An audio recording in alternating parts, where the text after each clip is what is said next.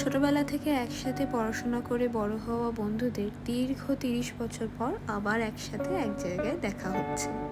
আর সেই বন্ধুত্ব, বন্ধুদের জন্মদিন সবকিছু একসাথে সেলিব্রেট করার জন্য আজকের এই কেকটা অর্ডার করা। নমস্কার, আমি মোহনা চলে এসেছি মিঠাইয়ের ছোট্ট একটা ভিডিও নিয়ে আজকে। আমার কাছে এই কেকটার অর্ডার আসে একদিন দুপুরবেলা।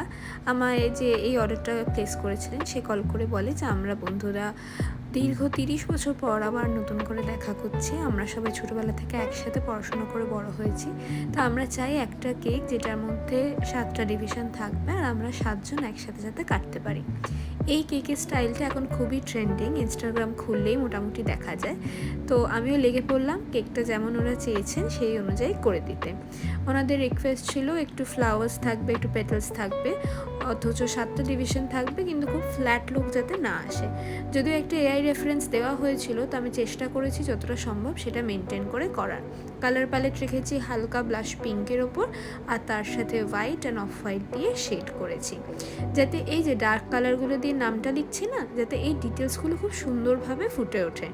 7 বন্ধুর নাম ও তাদের জন্ম তারিখ 7টা নির্দিষ্ট ডিভিশনে লেখা। লাস্টে কালার অ্যাড করার জন্য ছোট্ট ছোট্ট সবুজ পাতাও অ্যাড করে দিয়েছি। বাস এইটুকুই কেকটার ফাইনাল লুক। খুবই সোবার, খুবই সাটল শেডসের ওপর করা। আমার তো পার্সোনালি খুবই পছন্দ হয়েছে। ডেলিভারির আগে একটু পার্লসও অ্যাড করে দিয়েছিলাম। কেমন লাগলো আমায় কমেন্টে অবশ্যই জানাবেন।